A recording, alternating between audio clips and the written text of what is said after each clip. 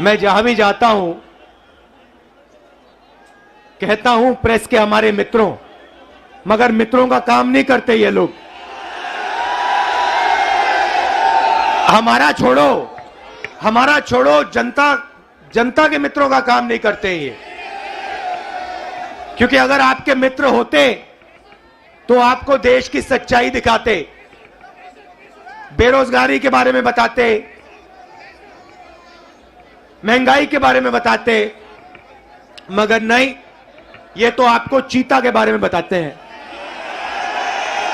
देखो देखो, अफ्रीका से 4 चीता आए हैं, देखो जंगल में घूम रहे हैं। देखो, यह भी सवाल पूछा कि क्या चीता हिरण को मारेगा या नहीं।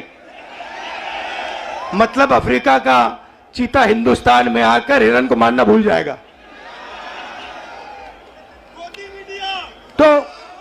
तो मित्र तो है नहीं। अच्छा,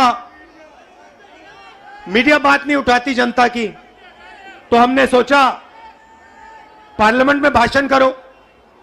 डिमोनेटाइजेशन, नोटबंदी के बारे में भाषण करने की कोशिश की, गलत जीएसटी के बारे में बोलने की कोशिश की।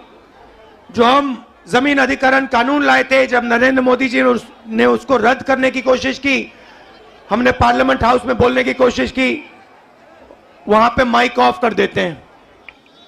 देखो ऐसे, माइक ऑफ, जो बोलना बोलो।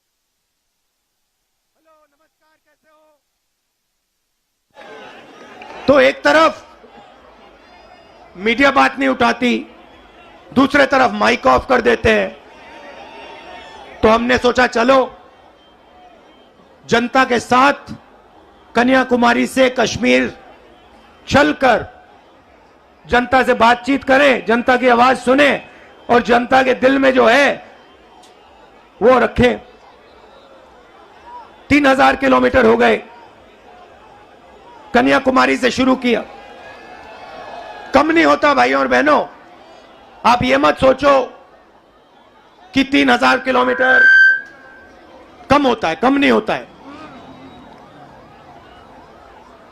110 दिन हो गए, मगर अजीब सी बात है, थकान नहीं है।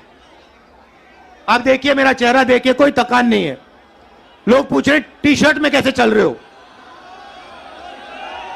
ना थकान है, ना ठंड लग रही है मुझे। अब मैं क्या बोलूं।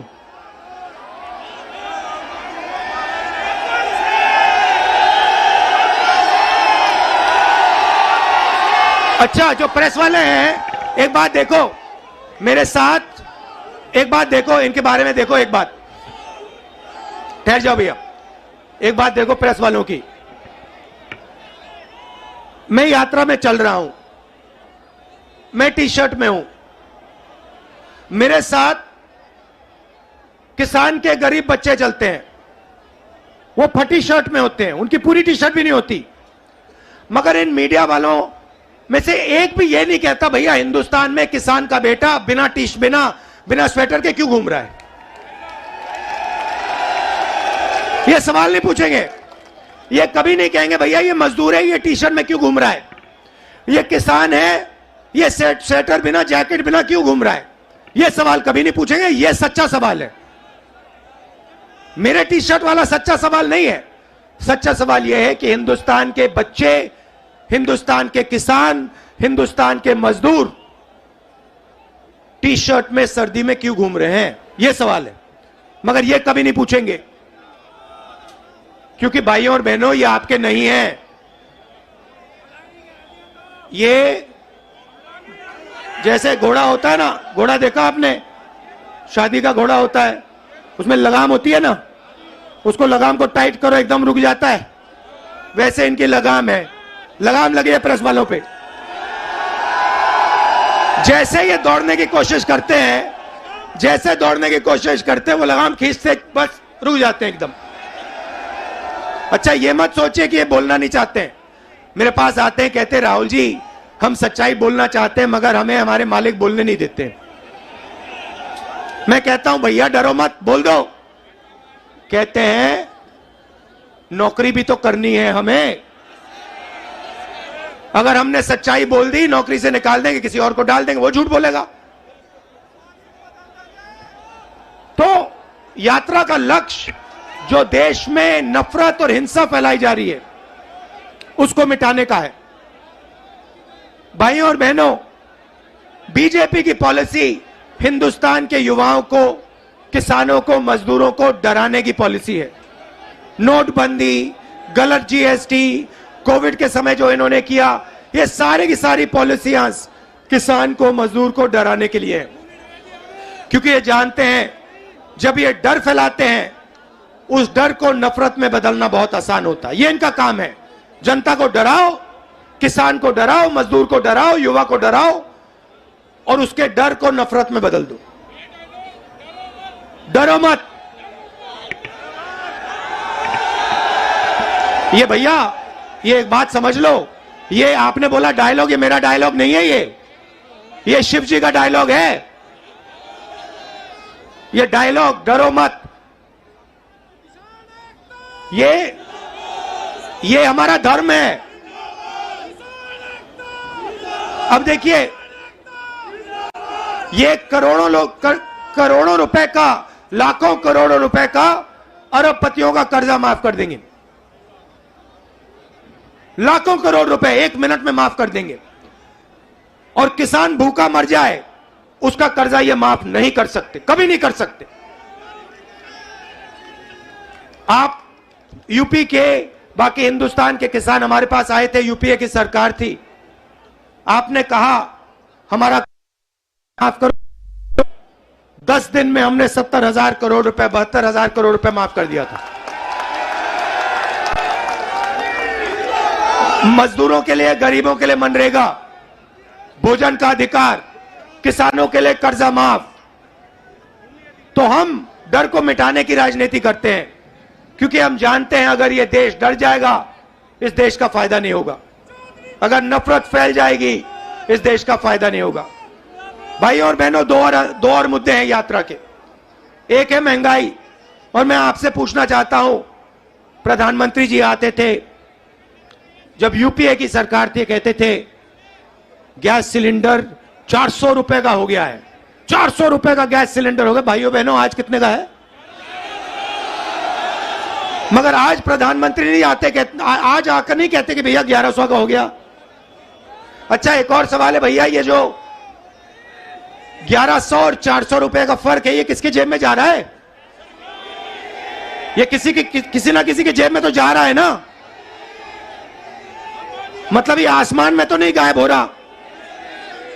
तो याद रखिए, ये नरेंद्र मोदी जी के जो खास मित्र हैं, 3-4 खास मित्र हैं, ये जो आपके गैस सिलेंडर का पैसा आपके जेब में से निकाला जा रहा है, उनकी जेब में जा रहा है। अच्छा भाइयों और बहनों, पेट्रोल का क्या दाम हुआ करता था यूपीए के समय? 60 रुपए। आज क्या है? 100। तो ये भी याद रखिए, ये जो 40 रुपये, 60 रुपया जो है, जो आपके जेब में से निकाला जा रहा है, ये भी उनके 2-3 मित्रों के जेब में जा रहा है। तो हमारा दूसरा मुद्दा महंगाई, और तीसरा मुद्दा, सबसे बड़ा मुद्दा, जो देश में नोटबंदी, गलत जीएसटी के कारण बेरोजगारी फैली है। आज 3,000 किलोमीटर में हर स्टेट में मुझे युवा मिलते हैं। मैं पूछता हूं क्या पढ़े, कहते हैं इंजीनियरिंग की, डॉक्टर बनने के लिए पढ़ाई की, आईएएस के लिए तैयारी की। और फिर मैं पूछता हूं भैया आप करते क्या हो? कहते हैं राहुल जी, शर्मा के कहते हैं राहुल जी हम तो मजदूरी करते हैं। कोई कहते हैं भैया, कोई कहते हैं मजदूरी करते हैं, कोई कहते हैं भैया हम पकौड़े पका रहे हैं। इंजीनियरिंग की पढ़ाई की, आलू के पकौड़े बना रहे हैं। अच्छा, एक रास्ता था युवाओं के लिए अग्निवीर वाला,